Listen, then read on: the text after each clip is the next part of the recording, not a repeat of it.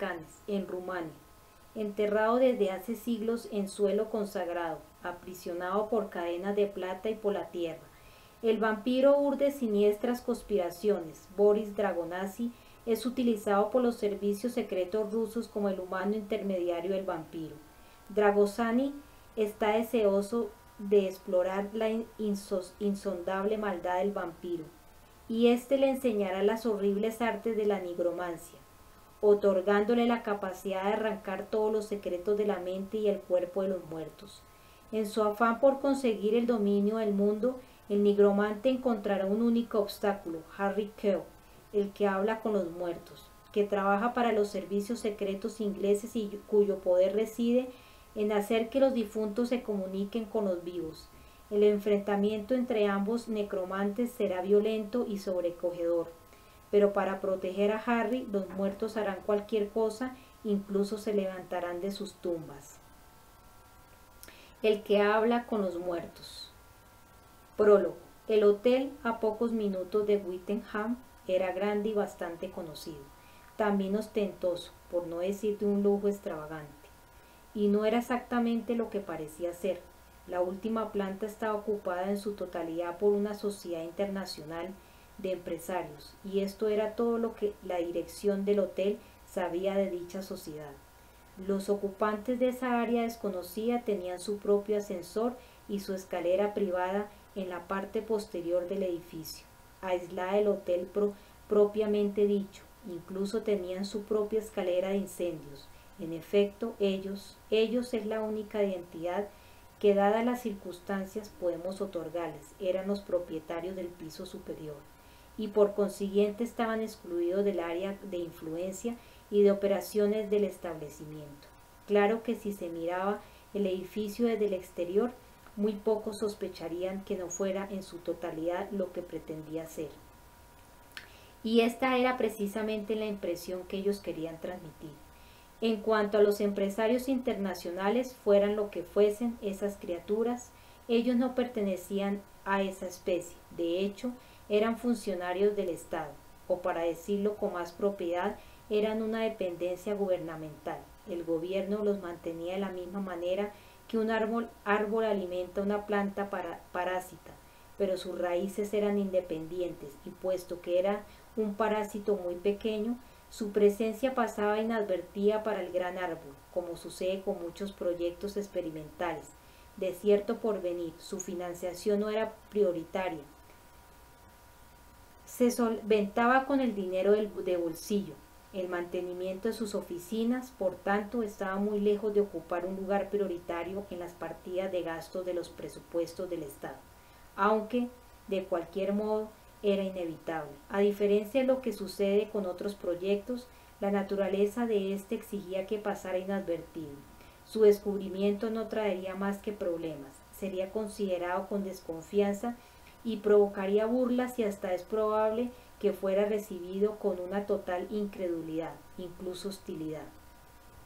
Se diría que había sido un gasto del todo innecesario, que se habían malgastado las contribuciones de los ciudadanos, que aquello era derrochar el dinero público, y no se podría exhibir nada de lo que justificara, puesto que los beneficios o frutos del proyecto eran aún hipotéticos, y la menor helada podía acabar con ellos para siempre.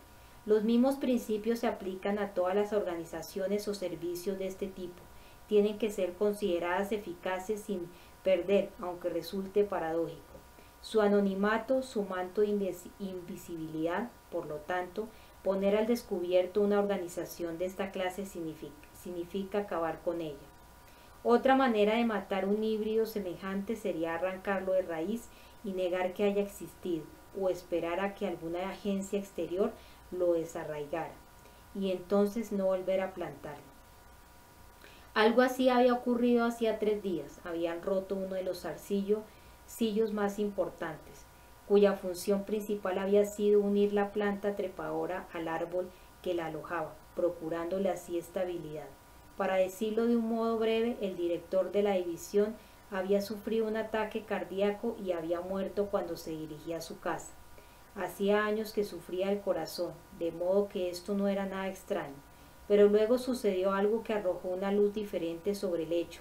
algo en lo que Alec Kyle no deseaba pensar en ese momento, porque ahora, en esta mañana de domingo de un mes de enero especialmente frío, Kyle, el segundo de a bordo, tiene que estimar los daños y la posibilidad de repararlos. En el caso de que estas reparaciones sean factibles, debe hacer su primer y vacilante intento para que todo vuelva a funcionar como antes. Las bases del proyecto nunca fueron muy firmes, pero ahora, sin una dirección enérgica, sin una jefatura, todo el asunto puede venirse abajo en muy poco tiempo, como un castillo de arena cuando sube la marea. Estos eran los pensamientos que daban vueltas en la cabeza de Kyle, cuando abandonó la fangosa acera y entró por las puertas giratorias de cristal a un pequeño vestíbulo. Se sacudió la nieve y se bajó del cuello el abrigo. Él personalmente no tenía dudas sobre la validez del proyecto. Kyle pensaba, por el contrario, que la sección era muy importante, pero ¿cómo defender su posición frente al escepticismo de los de arriba? Sí, escepticismo. El viejo Gormley había conseguido llevar el proyecto adelante gracias a sus amigos que ocupaban altos cargos, a su imagen de aristócrata, a su autoridad, su entusiasmo y su energía indomable. Pero no había muchos hombres como Gormley y en la actualidad eran aún más escasos. Y esa tarde a las 4, Kyle sería invitado a defender su posición, la vigencia de su sección, su misma existencia, o ellos habían actuado muy rápido, y Kyle creía saber por qué. Era la crisis, no había nada que mostrar tras 5 años de trabajo, e iban a acabar con el proyecto. Lo iban a hacer callar, fueran cuales fueran sus argumentos. El viejo Gormley había sido capaz de gritar más que todos ellos juntos. Él tenía los enchufes, el respaldo necesario. Pero ¿quién era Alec Kyle? Alec podía imaginar en este mismo instante la inquisición de la tarde. Sí, señor ministro, soy Alec Kyle. Mi cargo en la sección, bueno, además de ser el segundo de a bordo, después de Sir Kenan, yo era, quiero decir soy, yo, pronóstico. ¿Cómo dice? Significa que puedo prever el futuro, señor. O tengo que reconocer que es probable que no pueda decirle qué caballo ganará mañana en Gould. Mis predicciones no son tan específicas, pero todo iba a ser inútil. 100 años atrás ellos no hubieran creído en el hipnotismo. Hace apenas 15 años todavía se reían de la acupuntura. ¿Cómo podía esperar Kyle convencerlos con respecto a la sección y a su trabajo? Y sin embargo, junto a su abatimiento y a su sensación de pérdida, había otra cosa. Kyle sabía lo que era su don, que le decía que no todo estaba perdido, que de alguna manera conseguiría convencerlos, que la sección iba a continuar. Esta era la razón de que estuviera aquí: inspeccionar las cosas de Gormley, preparar la defensa de la sección, seguir luchando por su causa. Una vez más Kyle reflexionó sobre extraño talento, esa habilidad para entrever el futuro. Porque lo cierto era que la noche anterior había soñado que la respuesta estaba precisamente aquí, en este edificio, entre los papeles de Gormley. Aunque puede que soñado no sea la palabra correcta, las revelaciones de Kyle, aquello apenas entrevisto que aún no había sucedido. Acontecimientos futuros le sobrevenían siempre en esos nebulosos instantes entre el sueño profundo y el despertar. Inmediatamente antes de la total recuperación de la conciencia, la alarma del despertador podía poner en marcha el proceso, o también el primer rayo de sol que entraba por la ventana de su dormitorio. Así había sucedido esa mañana. La luz opaca de otro día gris que invadió su habitación se filtró por entre sus párpados e imprimió en su mente a la deriva el hecho de que un nuevo día estaba por nacer. Y con el nuevo día había nacido una visión, aunque vislumbre era quizás una palabra más apropiada, porque eso era todo lo que el talento de Kyle le había permitido.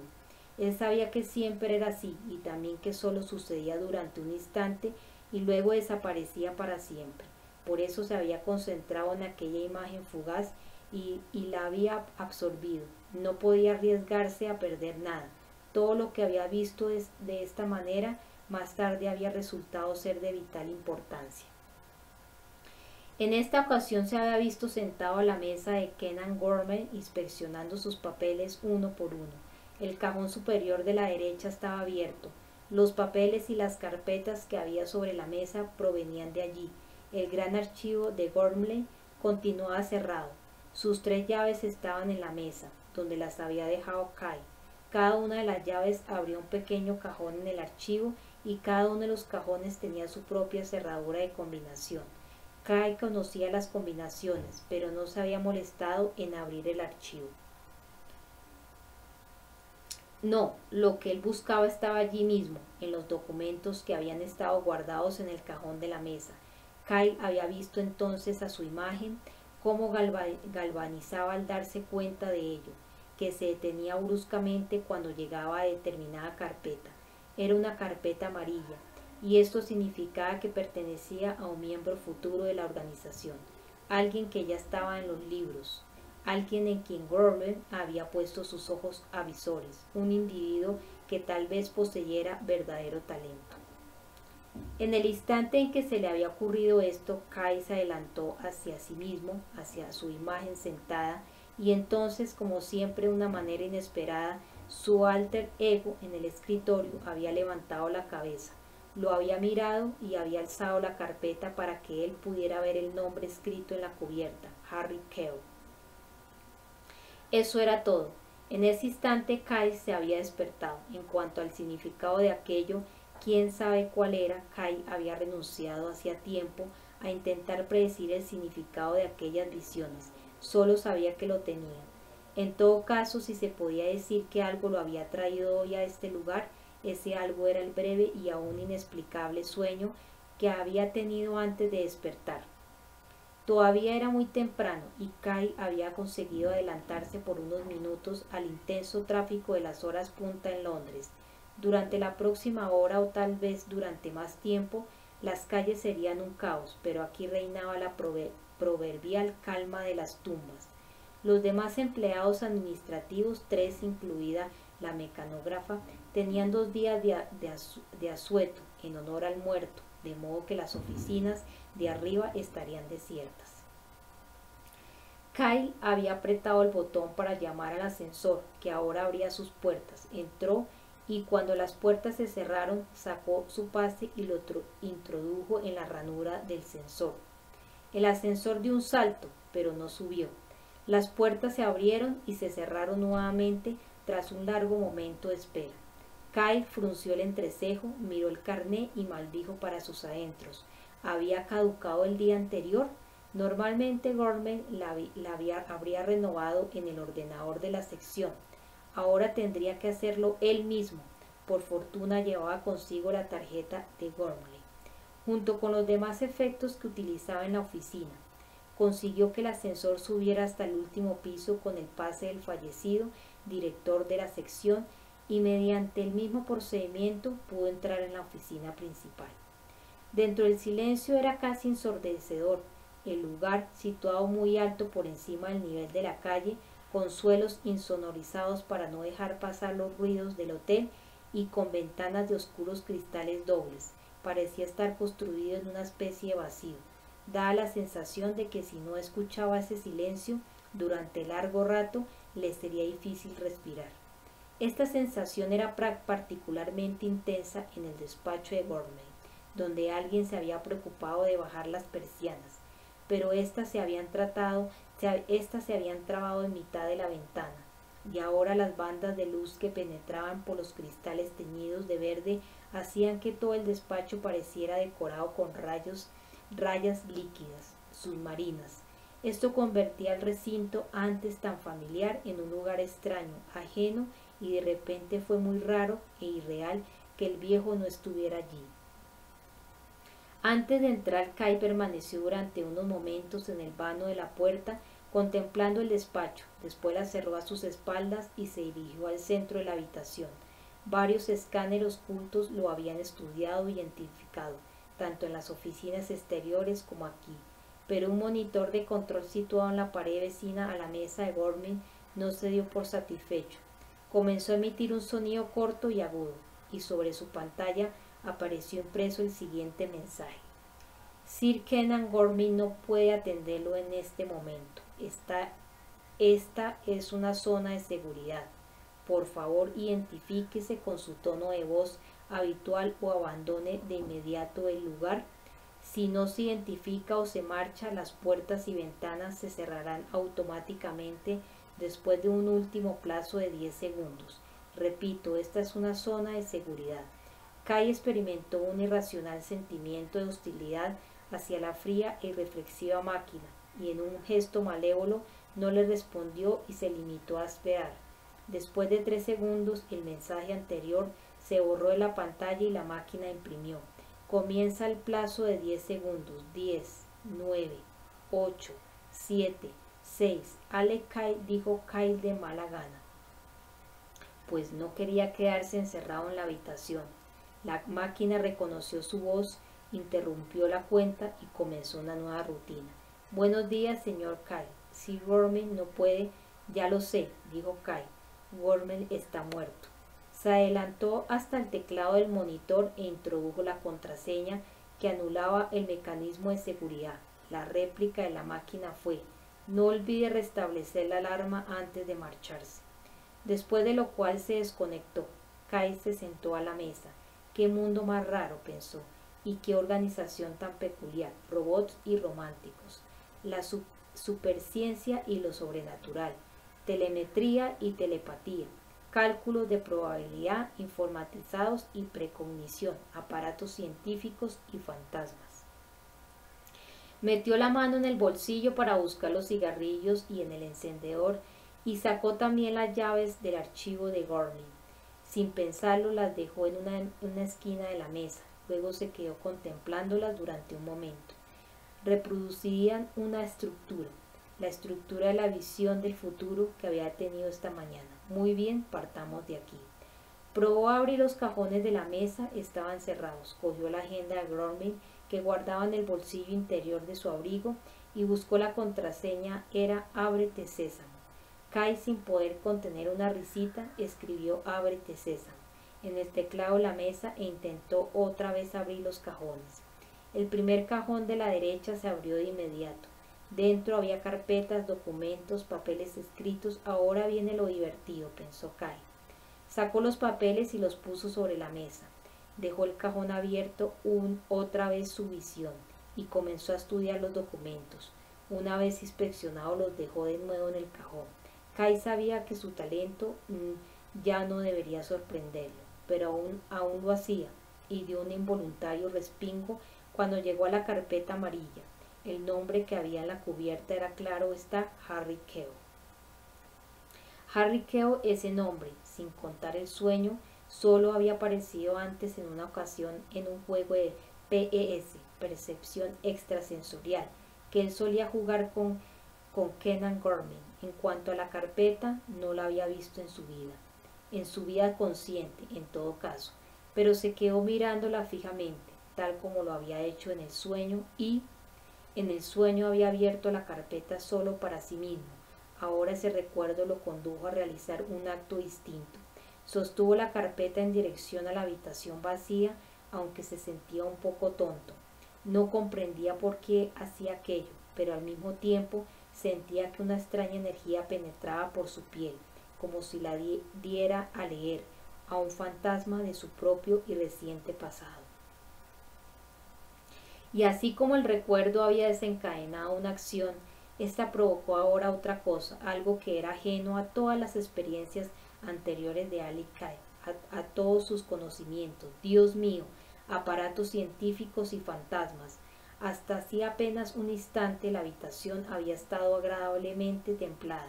El edificio tenía calefacción central y en los despachos nunca hacía frío, o no tendría que haberlo hecho, porque ahora, en cuestión de segundos, la temperatura había descendido bruscamente. Kyle lo advertía, podía percibirlo, pero al mismo tiempo conservaba el sentido común y la lógica suficientes para preguntarse si no sería su temperatura corporal la que había bajado. Sí, así era. Tenía una explicación. Las personas que sufrían una conmoción debían de sentirse de esta manera, y no era raro que se estremecieran en circunstancias semejantes. Jesús, susurró, y su aliento se desplegó como una nubécula de vapor en el aire repentinamente helado. Sus dedos temblorosos soltaron la carpeta que golpeó contra la mesa. El ruido que produjo esta caída y lo que veía hicieron que Kai se pusiera en movimiento como sacudido por una descarga eléctrica. De un salto hacia atrás en la silla, sus pies se arrastraron por la gruesa alfombra, la silla se inclinó hasta dar contra el alféizar de la ventana y el impulso la hizo volver hacia adelante. La cosa, aparición, estaba a medio camino entre la puerta y la mesa, y no se había movido. Al principio, Kai pensó, y la idea lo atemorizó, que lo que veía no solo podía ser él mismo de pie, proyectado hacia afuera desde su sueño. Ahora, sin embargo, veía que aquello era otra persona u otra cosa. No puso en duda en ningún momento la realidad de lo que veía, ni pensó que podría no ser algo sobrenatural. Era imposible que no lo fuera. Los dispositivos de seguridad que exploraban continuamente la habitación y todo el conjunto de despachos no habían descubierto nada. Eran por completo independientes y si hubiera algo extraño, las alarmas ya estarían sonando y se harían cada vez más estridentes hasta que alguien lo advirtiera. Pero estaban silenciosas, por consiguiente, aquí no había nada que pudiera detectar, pero Kai lo veía. Eso, él, un hombre, un joven desnudo como un niño recién nacido, estaba frente a Kai y lo miraba. Sus pies, sin embargo, no tocaban el suelo, enmoquetado, y los rayos de luz verde que entraban por las ventanas penetraban su carne como si ésta careciera de sustancia. Maldito sea, si era inmaterial, pero la cosa lo miraba, y Kai se dio cuenta de que lo veía. Se preguntó para sus adentros si se mostraría amistoso con él o si se echó de nuevo hacia atrás y sus ojos vieron algo en el fondo del cajón abierto, una automática Browning de 9 milímetros. Sabía que Gromit iba armado, pero no conocía la existencia de esa pistola. ¿Estaría cargada? Y si lo estaba, ¿le serviría de algo contra eso? No, dijo la aparición con un leve, casi imperceptible gesto de negación. No servirá de nada. Y lo más sorprendente era que sus labios no se habían movido ni un milímetro. ¡Por Dios!, exclamó Kai en voz alta. En un acto involuntario se apartó de nuevo de la mesa. Después se dominó y dijo: Usted lee mis pensamientos. La aparición sonrió apenas. Todos tenemos nuestras habilidades, Alec. Usted tiene las suyas y yo las mías. Kai, que tenía la boca entreabierta, la abrió aún más. Se preguntó qué sería más fácil, pensar para la cosa o hablarle. Hábleme, dijo el otro. Creo que será más fácil para ambos. Kai tragó saliva, intentó hablar, tragó saliva de nuevo y por último consiguió decir: ¿Pero quién, qué demonios es usted? No tiene importancia quién soy.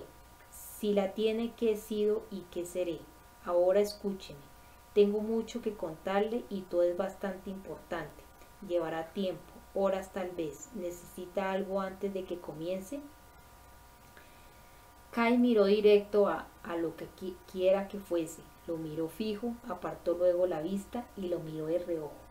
Seguía allí, por fin se rindió a su instinto, respaldado esta vez por al menos 2 de sus 5 sentidos, la vista y el oído. La cosa parecía racional, existía. Quería hablar con él. ¿Por qué con él y por qué ahora? Sin duda lo descubriría muy pronto. Pero Dios bendito, si también él quería hablar, si tenía aquí un verdadero fantasma vivo o un verdadero fantasma muerto, que si necesito algo. Kai repitió tembloroso la pregunta del otro. Usted iba a encender un cigarrillo, señaló la aparición. Quizá desee quitarse el abrigo, servirse un café. Se encogió de hombros. Si hace primero esas cosas, luego podemos dedicarnos de lleno a lo nuestro. La calefacción central funcionaba de nuevo. El mecanismo había subido automáticamente la temperatura para compensar el repentino descenso experimentado en la habitación. Kai se puso de pie, se quitó el abrigo y lo dejó doblado sobre el respaldo de la silla. Sí, un café, dijo. Solo me llevaré un momento. Dio la vuelta a la mesa y pasó junto al visitante. una sombra tenue que flotaba, delgada e insustancial como un copo de nieve. Se volvió para mirarlo mientras Kai dejaba la habitación. Sí, una sombra tenue, pero con un poder en ella. Kai se alegró de que no lo hubiera seguido. Puso 2 monedas de 5 peniques en la máquina de café de la oficina central y mientras la máquina servía el café, se dirigió al lavado, hizo deprisa sus necesidades y de camino hacia el despacho de Gorman recogió la taza de plástico llena de humeante café. La cosa aún estaba allí, esperándolo. Kai la rodeó con cautela y se sentó otra vez frente a la mesa.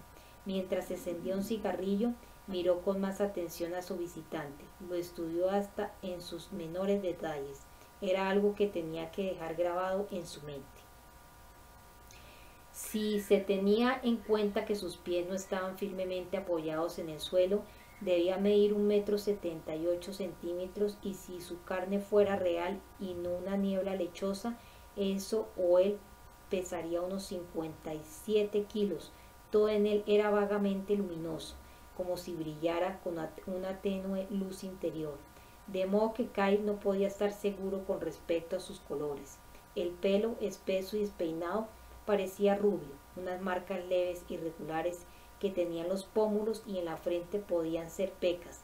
Debía de tener cerca de 25 años. Sí, al principio le había parecido más joven, pero ahora esa impresión se iba desvaneciendo. Sus ojos eran interesantes.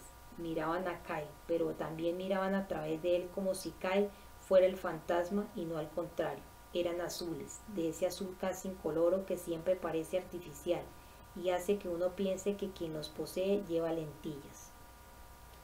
Pero más que eso, había algo en aquellos ojos que decía que conocía más cosas que las normales en un joven de 25 años. Parecían encerrar una sabiduría que solo otorgan los años. Debajo de la delgada película azul que los cubría había un conocimiento de siglos. El resto de las facciones eran delicadas como la porcelana, al menos con una apariencia de fragilidad semejante. Tenía manos largas y delgadas, los hombros un poco caídos y la tez aparte de las pecas, pálida y sin marcas ni arrugas. Si no hubiera sido por los ojos, es probable que en la calle nadie lo habría mirado 2 veces. No era más que un hombre joven, del montón, o un joven fantasma, o quizás uno muy viejo. No, dijo el objeto del escrutinio de Kai, sin mover los labios. No soy un fantasma, al menos, no en el sentido clásico de la palabra, pero ahora, ya que evidentemente usted me acepta, podemos empezar. Empezar, claro. De repente Kai sintió ganas de reír, como si fuera una jovencita histérica. Tuvo que hacer un esfuerzo para dominarse.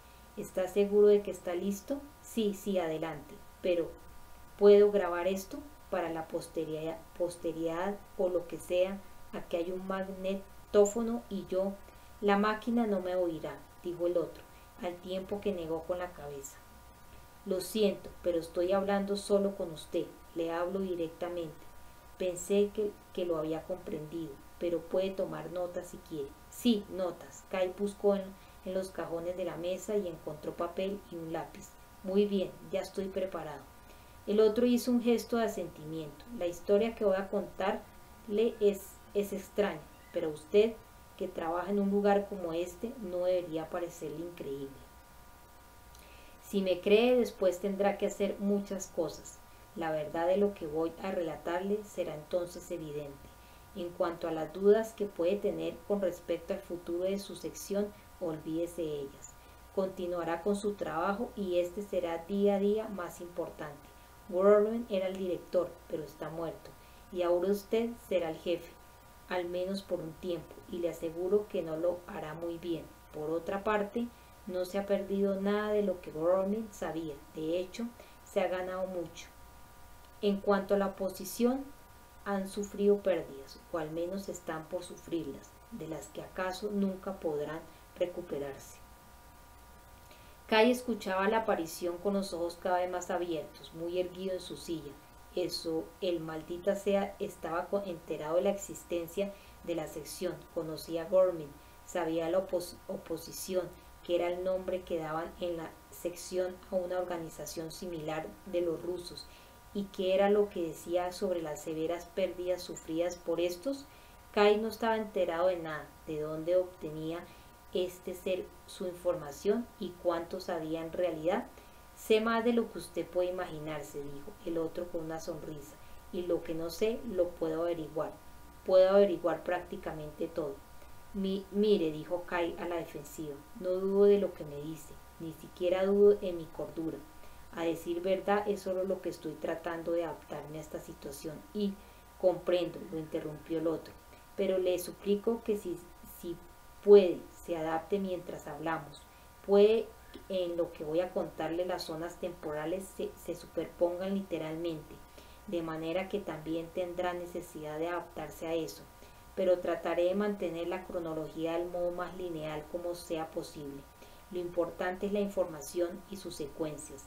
No sé si entiendo bien, lo sé, pero siéntese allí y escuche, y luego quizá lo entenderá.